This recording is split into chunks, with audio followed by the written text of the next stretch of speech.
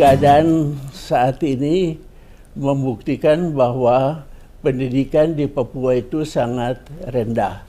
Dengan masuknya pendatang-pendatang baru dari luar, orang Papua tidak mungkin. Sama BKI juga unit kerja, yaitu 3 sekolah, SMA Santo Yosef, SMA Santa Maria, dan SMA Ece.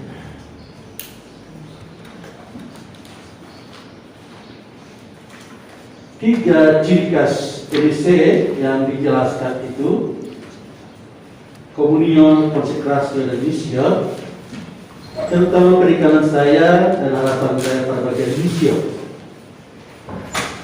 Saya tidak akan menambah penjelasan panjang tentang kitab sucinya ataupun konstitusinya, tapi pokok misi EDC di tanah Papua.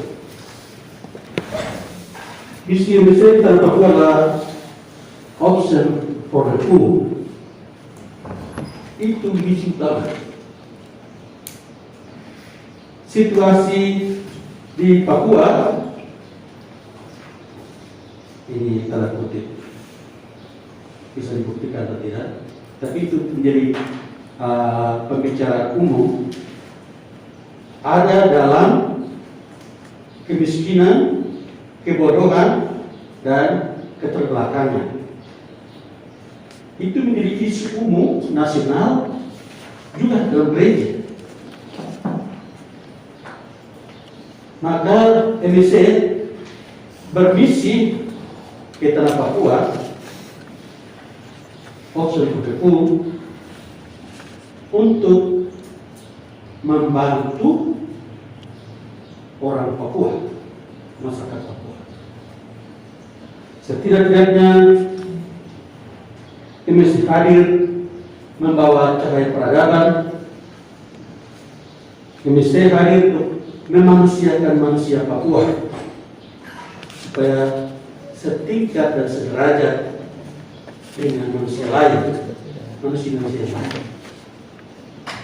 Jangan biarkan mereka. Satu, Pastor Felix dan Pastor Giler pakai bahasa patut pendiri kami. Ini penyakit zaman. Kemiskinan, kebodohan, dan keterbelakangan adalah penyakit. Maka perlu obat, yaitu MSC hadir untuk memberikan obat, untuk menyembuhkan ini, supaya manusia Papua menjadi sehat. Ada manusia, cahaya peradaban masuk ke manusia beradab, memanusiakan manusia Papua. Itu misi MSC Indonesia untuk tanah Papua. Bagaimana konkret untuk menyatakan memanusiakan manusia Papua ini? MSC sepanjang tugas sejak memulai wilayah ini, semua pada tugas pastoral teritorial paroki. Jadi semua mewartakan kabar sukacita Injil tingkat paroki di wilayah pelayanan teritorial. Setelah sekian waktu, mulai sebelum masuk tahun milenium, bukan milenium, disadari bahwa ternyata pelayanan kita di teritorial tidak cukup, hanya umum, belum sampai ke akar rumput, belum sampai menyentuh orang kecil. Maka kita perlu juga pelayanan kategorial. Menyadari hal itu, maka didirikanlah yayasan. Yayasan Aman PKS Sepalir supaya melayani masyarakat.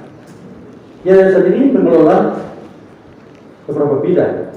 Bidang pendidikan ada, bidang kesehatan juga ada, bidang ekonomi juga ada. Untuk melayani ini, maka mulai dengan pendidikan dan kesehatan.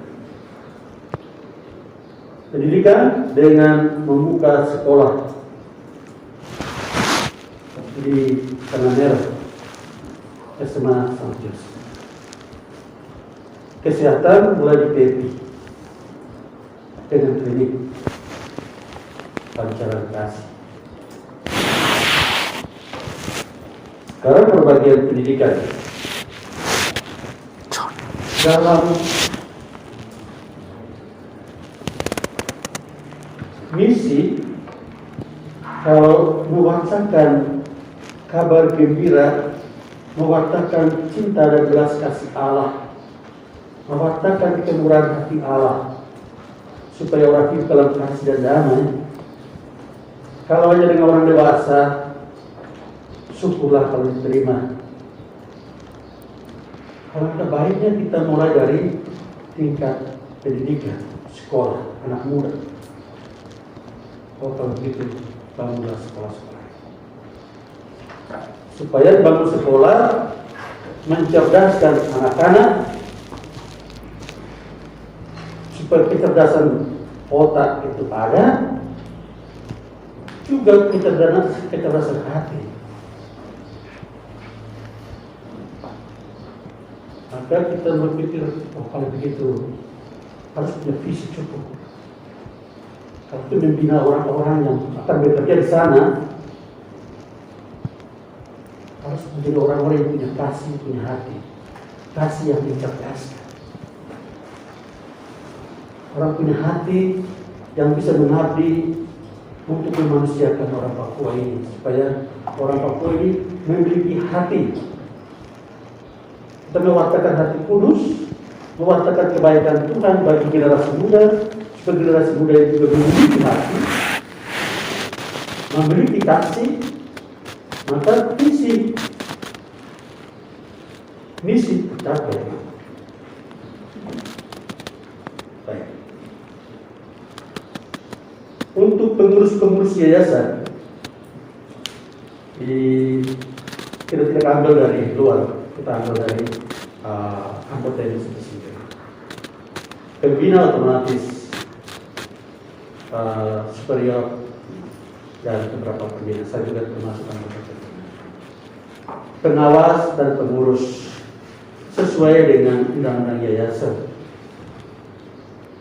Pengurus diberi tugas, pas pemilihan kedua, diberi tugas melaksanakan tugas dan fungsi di yayasan untuk melaksanakan tugas-tugas yang diberikan oleh pembina. Melaksanakan tugas. Itu juga menjadi catatan dan evaluasi, juga punya harapan-harapan. Dalam catatan-catatan, supaya memberikan harapan, supaya pengurus yayasan melengkapi hal-hal yang belum lengkap, dan itu pun dalam aturan diberi tugas untuk kelengkapan hal itu. Akta notarisnya segala tersedia, antara rumah tangga, antara rumah tangga, juga di dalamnya peraturan kepegawaian, pedoman, juga termasuk peraturan, standar-standar aturan yang harus dipakai di yayasan, tapi juga sampai ke sekolah-sekolah. Harapan dari mereka supaya pengurus yayasan melengkapi itu semua, supaya bekerja dengan pedoman. Oleh karena itu, pada saat ini memberi catatan dan harapan tiga hal penting ini. Pertama tentang organisasi, kedua sumber daya manusia, ketiga keuangan. Baik, kalau tingkat pengurus sudah menyelesaikan hal seperti itu, maka sebagai suatu organisasi dalam pertemuan-pertemuan seperti ini kita mengikuti manajemen organisasi. Dan pertemuan begini seperti baik. Pasti kami ikuti itu. Saya cuma mengingatkan saja. Pertama, kita sudah punya observasi dan analisa. Setelah itu ada perencanaan, ada program, ada kegiatan, ada evaluasi, ada monitoring, ada pengawasan.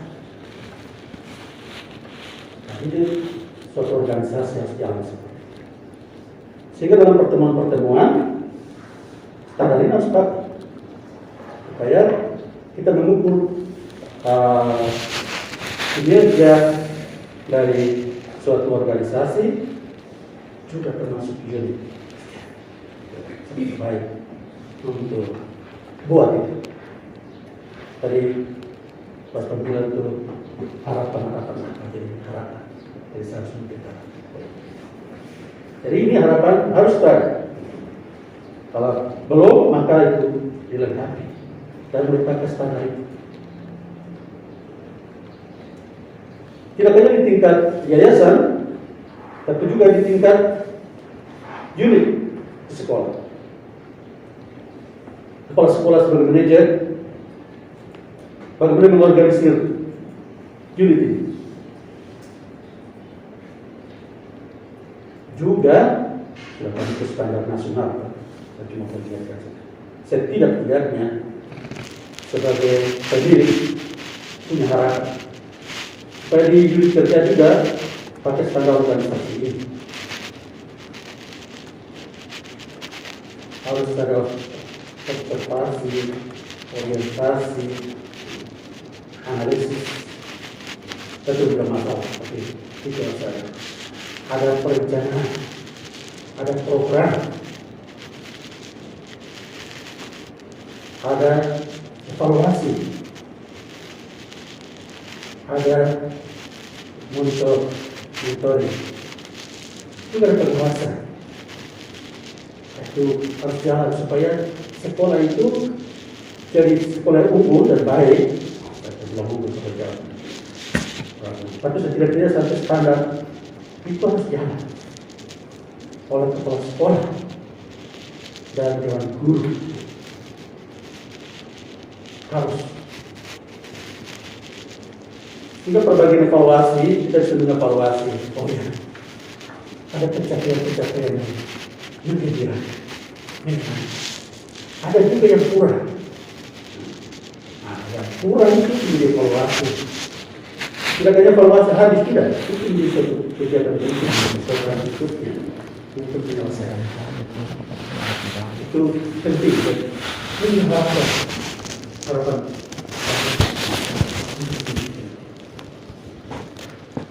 Dari organisasi, sebenarnya bagaimana cara kerja?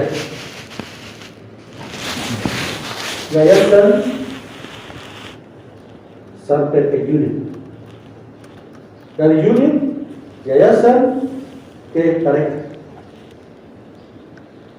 Sampai pertanggungjawaban. Pertanggungjawaban biasanya dari tingkat unit ke yayasan, ke pengurus yayasan. Pengurus yayasan akan mempertanggungjawabkan ke tarekat. Sebaliknya juga ada kebijakan atau apapun dari tarekat ke yayasan, yayasan ke unit. Jangan lompat-lompat. Ada masalah di unit, lompat langsung ke tarekat atau lompat langsung ke superior.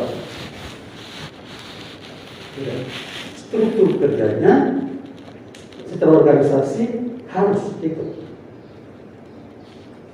Kepala unit bertanggung jawab kepada pengurus yayasan. Pengurus yayasan bertanggung jawab kepada superior. Kebijakan. Jadi harapan kami struktur ini tetap ada, cara bertanggung jawab harus demikian. Komunikasi secara fungsional dan secara personal itu dibangun dengan baik, maka urusan-urusan di tingkat unit akan terlaksana juga sampai ke tingkat yayasan. Penting. Apapun masalahnya, kebanyakan masalah yang bisa dikomunikasikan cepat. Tapi kalau ada hal yang menggembirakan, ada untung, kebanyakan tidak. Nanti dicek bahwa oh ya pastor begini. Saya tidak bilang jangan begini. Ini harapan pastor, harapan kami, saya katakan. Baik, itu organisasi. Ada sekian hal, tapi secara garis besar saya sepakatkan. Yang kedua, sumber daya manusia. Pengurus yayasan merekrut tenaga-tenaga, bahkan meminta juga tenaga-tenaga untuk membantu di unit-unit. Di tingkat yayasan juga, di tingkat unit juga. Untuk membantu pelayanan ini. Pilihannya rekrutmen bukan orang sembarang, orang-orang yang sesuai kompetensinya. Dalam pelaksanaan tugas-tugas pelayanan kami melaksanakan pelayanan. Tapi juga dalam program-program ada juga penyegaran, peningkatan status karya dengan pelatihan atau apapun, kursus apapun untuk peningkatan kemampuan. Dan itu satu program sehingga staf tenaga ini tidak hanya begitu-begitu saja, tapi juga harus, tapi itu dalam program supaya peningkatan kualitas pribadi, dan itu juga membangkitkan semangat untuk pelayanan lebih pada anak didik. Di tingkat yayasan juga begitu, apalagi di tingkat unit wajib. Baik oleh guru-guru itu sendiri, tapi juga kalau diprogramkan, baik. Itu suatu hal yang bagus supaya kerja dengan baik, hasil yang dihasilkan bukan terus dengan baik. Bagian terakhir, keuangan.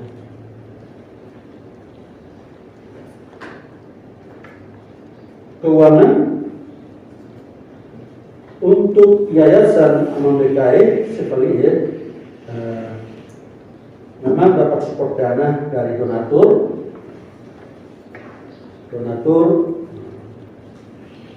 Yayasan Kasih Mulia dan juga tarekat sendiri memberikan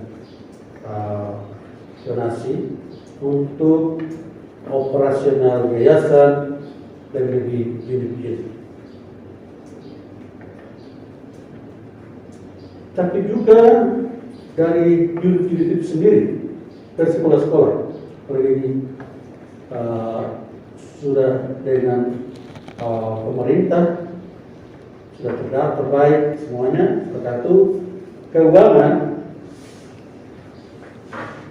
kita harus tahu juga, harus katakan sekolah-sekolah mengelola keuangan ini, uang dari pemerintah melalui dana BOS, bantuan apapun yang ada di sekolah, bukan milik sekolah, itu milik yayasan. Saya katakan ini karena saya punya pengalaman dengan sekolah-sekolah YPPK. Mengklaim bahwa itu milik sekolah dan menolak sesuka. tanpa komunikasi, tanpa laporan, tidak. Ini saya harus mengingatkan. Kamu mendapat uang dari manapun, itu milik yayasan. Ada komunikasi dengan yayasan dalam pengelolaan. Kita akan terwujud dalam laporan-laporan keuangan. Ada yang di bawah pengawasan yayasan, ada yang diberi mandat otonom untuk mengelola. Pertama dana bos ya, itu otonom diberi untuk mengelola.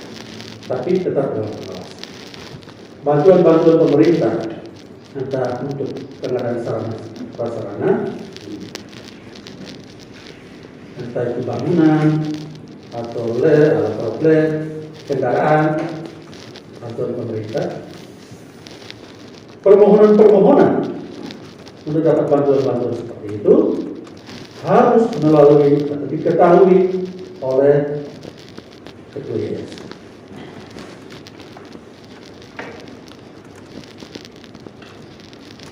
Supaya pengelolaan keuangan itu transparan.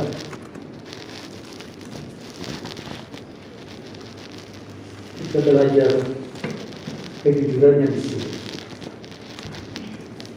Apalagi kita kerja di bawah naungan tarekat Islam Sakrus Yesus. Dari hati, berarti hati yang murni, hati yang baik. Kataku, kenapa uang itu menjadi penekanan? Karena uang ini ada malaikat, ada iblis.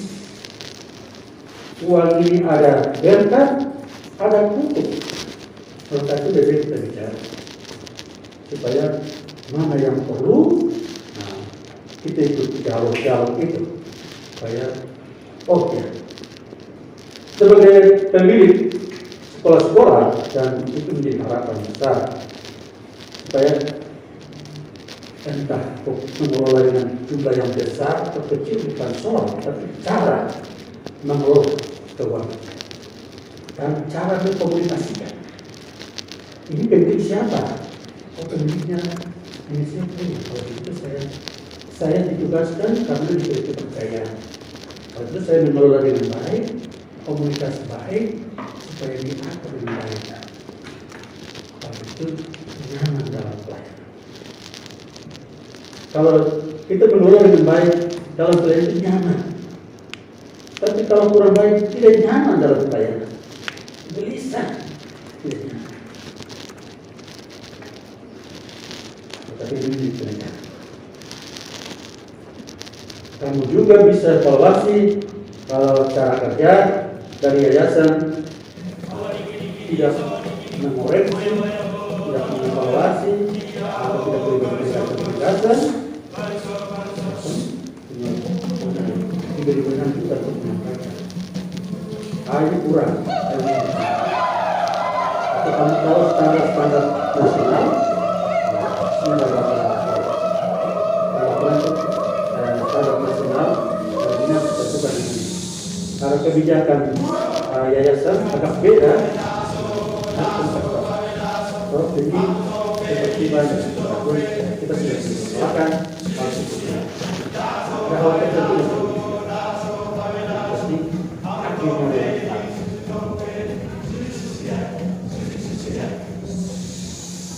Karena itu sekali lagi dalam urusan keuangan komunikasi seperti